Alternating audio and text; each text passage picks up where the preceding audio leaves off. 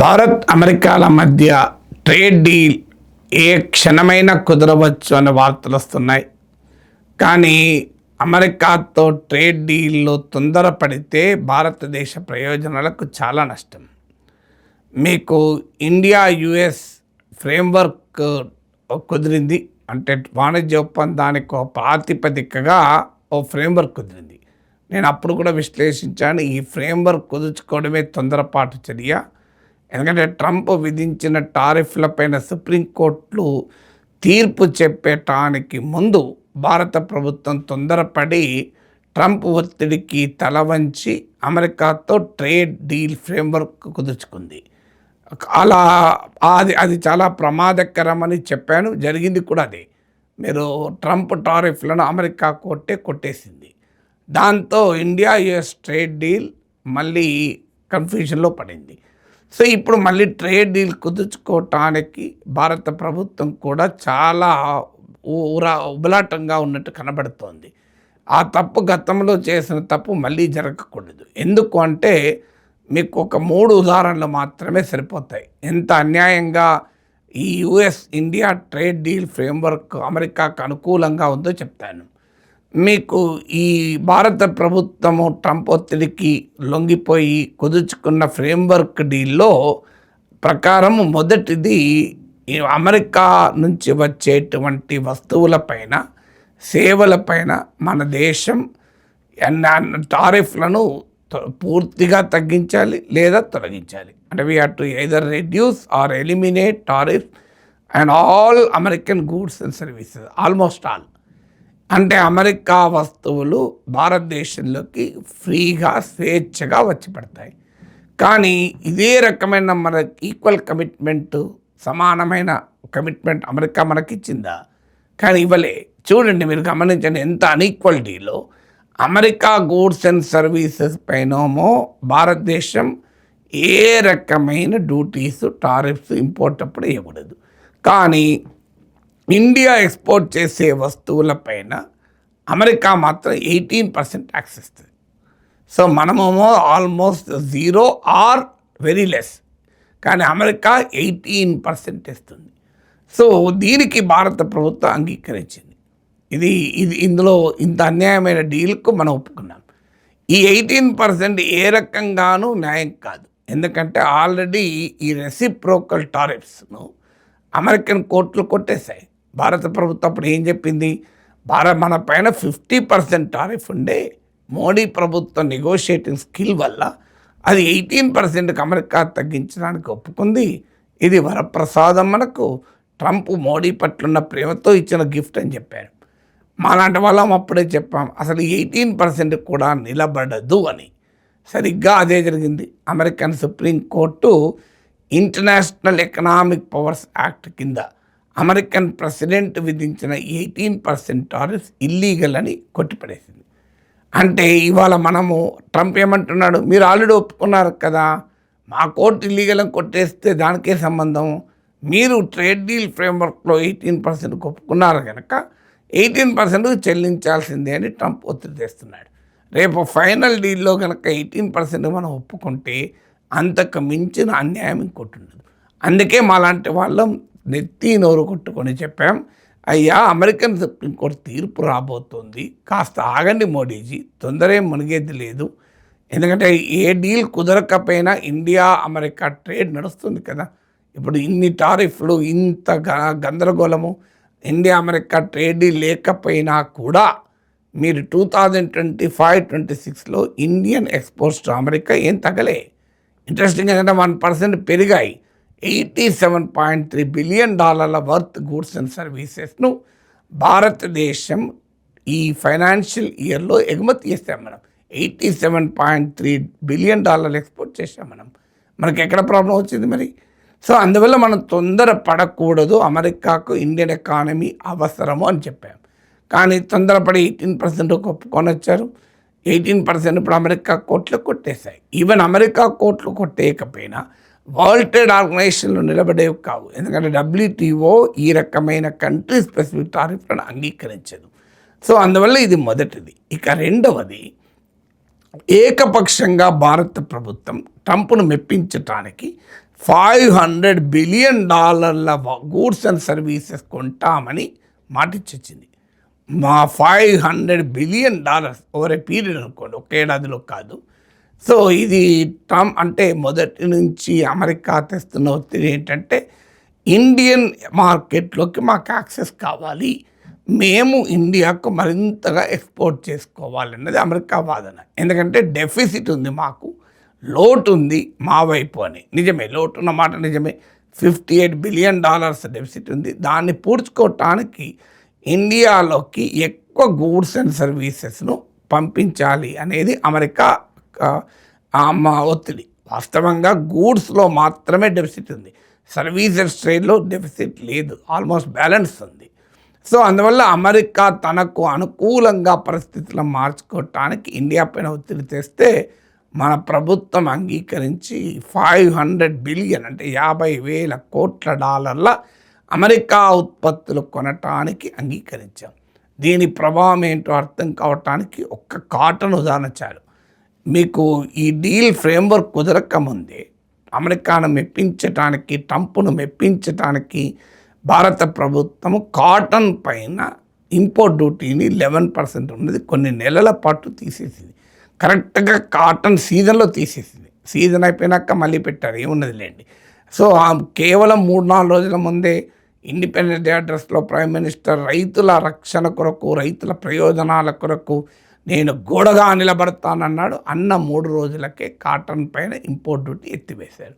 దానితో ఇవాళ పత్తి ధరలు పడిపోయి పత్తి రైతులు దివాలా తీస్తున్నారు భారతదేశంలో. మీరు ఇక $500 బిలియన్ అంటే $50,000 కోట్ల రూపాయల అమెరికన్ గూడ్స్ అండ్ సర్వీసెస్ కొంటే మన దేశంలో ఉత్పత్తిదారులు, మన చిన్న చిన్న పరిశ్రమలు, రైతులు ఎంత నష్టపోతారో చూడండి.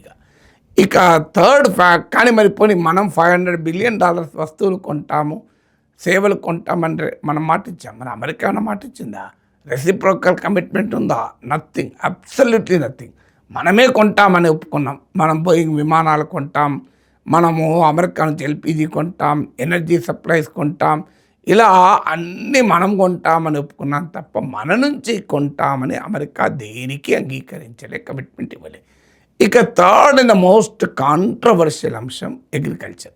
చాలా కాలంగా భారతదేశం అమెరికా అగ్రికల్చరల్ ఎక్స్పోర్ట్స్ను అంగీకరించడం లేదు. ఎందుకంటే మన దేశంలో కోట్లాది మంది ప్రజల లైవ్లీహుడ్ సంబంధించిన అంశం ఇది. ఒక్కసారి అమెరికన్ మొక్కజొన్న మన దేశంలోకి వచ్చి పడితే మన మొక్కజొన్న రైతులు చేతులెత్తాల్సిందే. ఒక్కసారి అమెరికా కాటన్ మన దేశంలోకి వస్తే మన దేశ రైతులు నిలబడలేరు. ఒక్కసారి అమెరికా సోయా మన దేశంలోకి వస్తే ఇండియన్ సోయా నిలబడలేదు. ఎందుకంటే అమెరికాలో అగ్రికల్చర్ ఇస్ హైలీ సబ్సిడైజ్, అంటే ప్రభుత్వం భారీ ఎత్తున సబ్సిడీలు ఇస్తుంది. అక్కడ అమెరికన్ ఎకానమీలో అమెరికన్ జనాభాలో రైతుల సంఖ్య చాలా పరిమితం. అందువల్ల అమెరికన్ అగ్రికల్చర్ గూడ్స్తో మనం పోటీ పడలేరు మన రైతులు. అమెరికాలో ఉండే ఎకానమీ వేరు, మన దగ్గర ఉండే ఎకానమీ వేరు. ఇక మరో ముఖ్యమైన విషయం, American agriculture produce genetically modification ఉంటుందల్లా. మన ఇండియాలో ఫుడ్ క్రాప్స్లో మనం జెనెటిక్ మాడిఫికేషన్ అంగీకరించాము. సో అందువల్ల ఇది దొడ్డిదారిన జెనెటికల్లీ మాడిఫైడ్ అగ్రికల్చర్ మన దేశంలోకి వచ్చే ప్రమాదం ఉంటుంది. దాని ఇంప్లికేషన్ చాలా ఉంటాయి కనుక చాలా కాలంగా మన ఇండియన్ గవర్నమెంట్ రెసిస్ట్ చేస్తూ వచ్చింది. ఇప్పుడు ఎందుకంటే ఒక్కసారి అమెరికన్ అగ్రికల్చర్ ప్రొడ్యూస్ మనం ఎలో చేస్తే కంప్లీట్గా మన ఫుడ్ కార్పొరేషన్ ఆఫ్ ఇండియాను మూసేయమని అమెరికా ఒత్తిడి తెస్తోంది. పబ్లిక్ డిస్ట్రిబ్యూషన్ సిస్టమ్ ద్వారా ఫ్రీగా ఫుడ్ గ్రెయిన్ సప్లై చేయడం ఆపేయమంటోంది. మినిమం సపోర్ట్ ప్రైస్ రైతులకు ఇచ్చి కొనడం ఆపేయమంటోంది. అంటే ప్రొక్యూర్మెంట్ పైన, స్టోరేజ్ పైన, డిస్ట్రిబ్యూషన్ పైన ఇప్పుడు ఇండియన్ గవర్నమెంట్ ఇస్తున్న ఈ అరకొర సపోర్ట్ కూడా ఎత్తివేయాలని అమెరికా ఒత్తిడి తెస్తుంది. అందుకే చాలా కాలంగా అమెరికన్ అగ్రికల్చర్ ఎక్స్పోర్ట్స్ని ఇండియా రెసిస్ట్ చేసింది. కానీ ఇప్పుడు మోడీ ప్రభుత్వం ట్రంప్ ప్రభుత్వంతో కుదుర్చుకున్న ఫ్రేమ్వర్క్ డీల్లో అగ్రికల్చరల్ ప్రొడక్ట్స్ను కూడా అనుమతిస్తామని అంగీకరించాం. దీన్ని పెద్ద విజయంగా ట్రంప్ చెప్పుకున్నాడు. ఇదే జరిగితే భారతదేశంలో కోట్లాది రైతాంగ జీవనోపాధి దెబ్బతింటుంది. అగ్రికల్చరే కాదు, మెడికల్ డివైసెస్ ఇంపోర్ట్లో, ఇన్ఫర్మేషన్ కమ్యూనికేషన్ టెక్నాలజీ గూడ్స్లో కూడా మనము స్టాండర్డ్స్, నామ్స్ సడలించి అమెరికన్ ప్రొడక్ట్స్కు వెల్కమ్ చెప్తామని కూడా అంగీకరించాం. ఇలా ఇది Indian producers both agriculture and industrial producers దెబ్బతీస్తుంది. నేను చెప్పిన 3 ఉదాహరణలు ఇదివరకు ట్రేడ్ డీల్ పైన నేను మాట్లాడిన దాంట్లో ఇంకా వివరంగా చెప్పాను. సో ఇవన్నీ మనము ఇన్ని కన్సెషన్స్ ఇస్తుంటే అమెరికా ఏం చేస్తుందో ఆశ్చర్యం వేస్తుంది. ఇప్పుడు అమెరికన్ సుప్రీం కోర్టు ఈ రెసిప్రోకల్ టారిఫ్స్ కొట్టివేస్తే దానికి బదులుగా మళ్ళీ కొత్తగా టారిఫ్లను ట్రంప్ ప్రభుత్వం వడ్డిస్తుంది. సెక్షన్ 122 ఆఫ్ ట్రేడ్ యాక్ట్ కింద 10% యూనివర్సల్ టారిఫ్లను ప్రపంచ దేశాలపై విధించింది. అది ఇండియాకు కూడా వర్తిస్తుంది. So 10% section 122 of US trade act of 1974 ప్రకారం బ్యాలెన్స్ ఆఫ్ పేమెంట్ ప్రాబ్లం ఉన్న దేశాలపైన 15% వరకు విధించవచ్చు. ఇప్పటికి 10% విధించారు, ఇంకో 5% కూడా విధిస్తారు. సో ఇండియాతో బ్యాలెన్స్ ఆఫ్ పేమెంట్ ప్రాబ్లం ఉంది అమెరికాకు ఉన్నది trade deficit problem. Balance of payment is different from trade deficit. కానీ పెద్ద ఎత్తున మన పైన కూడా ఈ 10% టారిఫ్లు విధిస్తారు సెక్షన్ 122. ఈ section 122 of the US trade act కింద ప్రెసిడెంట్ 150 డేస్ వరకే విధించవచ్చు.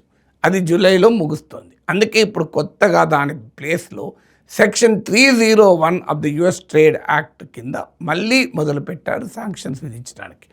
ఈ section 301 of US trade act of 1974 ప్రకారం ఒక దేశం అన్ఫేర్ ట్రేడ్ ప్రాక్టీసెస్ చేస్తుంది అంటే మా దేశంతో అన్ఫేర్గా వ్యాపారం చేస్తుంది, మా పట్ల వివక్ష చూపుతోంది అని ఏదో ఒక అభాండాలు మోపి యుఎస్ ట్రేడ్ రిప్రజెంటేటివ్ మన దేశం పైన టారిఫ్లు విధించవచ్చు. ఇప్పుడు ఇండియాపై కూడా సెక్షన్ 301 ఇన్వెస్టిగేషన్ అమెరికా మొదలుపెట్టింది. చూడండి, మన వైపు కంప్లీట్గా నష్టం చేసుకొని మన ట్రేడ్ డీల్ ఫ్రేమ్వర్క్ కుదుర్చుకుంటే కంప్లీట్గా అమెరికాకు కన్సెషన్స్ ఇస్తే అల్టిమేట్గా ఇన్ రిటర్న్ అమెరికా ఏమి ఇస్తుంది? మనకు మరింత టారిఫ్లు విధిస్తామని చెప్తోంది. అందుకే అనేది ఇంత అన్ఈక్వల్ ట్రేడ్ డీల్ను ఇండియా అంగీకరించకూడదు. ఇప్పుడు అమెరికా ఛాలెంజెస్లో ఉంది. ట్రంప్ విధానాల్ని సుప్రీంకోర్టు కొట్టేస్తోంది. ట్రంప్కు పాపులారిటీ రేటింగ్స్ పడిపోతున్నాయి. మిడ్ టర్మ్ ఎలక్షన్లో ట్రంప్ ఓడిపోయే వాతావరణం కనబడుతోంది. ప్రపంచంలో అమెరికా ఐసోలేట్ అయింది. వెస్ట్ ఏషియా వార్లో దిక్కుతోచిన పరిస్థితుల్లో తోకముడిచింది. అమెరికా యూరోప్ మధ్య సంబంధాలు దెబ్బతిన్నాయి. ప్రపంచంలో ఇవాళ మోస్ట్ ఐసోలేటెడ్ కంట్రీగా అమెరికా ఉంది. ఈ టైంలో మనము రాజీ పడితే మన ప్రయోజనాలకు ప్రమాదకరం. అందుకే మోడీ ప్రభుత్వాన్ని కోరేది ఏంటంటే తొందరపడకండి, రాజీ పడకండి, గట్టిగా నిలబడండి.